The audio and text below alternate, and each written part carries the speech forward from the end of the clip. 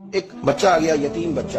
اس نے آ کے عرض کی حضور 3 گھر میں افراد ہیں، میں، میری بہن اور میری بیوہ ماں. والد حضور چلے گئے اور آج نہ 3 دن ہو گئے روٹی کوئی نہیں کھائی. حضور نے فرمایا بلال جا کے ساری ازواج مطہرات سے پوچھ گھر میں کیا ہے.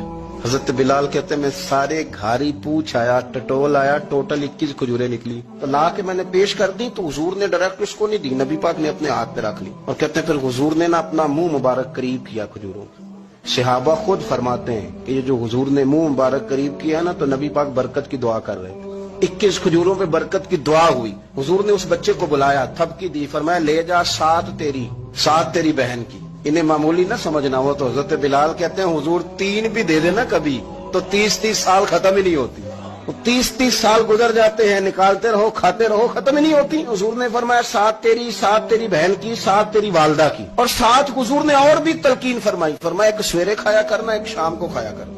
حضرت سیدنا بلال حبشی کہتے ہیں رضی اللہ تعالیٰ عنہ کہ بچہ لے کے جب باہر نکلا تو حضرت سیدنا معاذ ابن جبل دوڑ کے گئے اور جا کے بچے کے سر پہ شفقت سے ہاتھ پھیرا.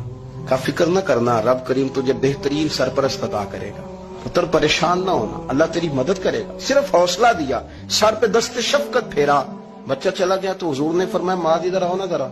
یا رسول اللہ حکم ہو. فرمایا کس چیز نے تمہیں اٹھایا بچے کے سر پہ ہاتھ رکھنے کے لیے؟ کس نے تمہیں کہا؟ کس چیز نے تمہیں اٹھایا جو تم بچے تک پہنچ گئے؟ عرض کی یا رسول اللہ وہ جو میرے دل میں اللہ نے یتیم کے لیے رحمت رکھی ہے نا اس نے مجھے اٹھایا تھا. اور میں نے جا کے اس کے سر پہ دست شفقت پھیرا تو حضور فرمانے لگے سن پھر جو کسی یتیم کے سر پہ خالی ہاتھ بھی پھیر دے، جتنے بال اس کے ہاتھ کے نیچے آئیں گے نا رب اتنی خطائیں معاف کرے گا، اتنی نیکیاں دے گا، اتنے درجے اس کو بلند کر دے گا. خالی دست شفقت ہی پھیر دے، دینا دلانا تو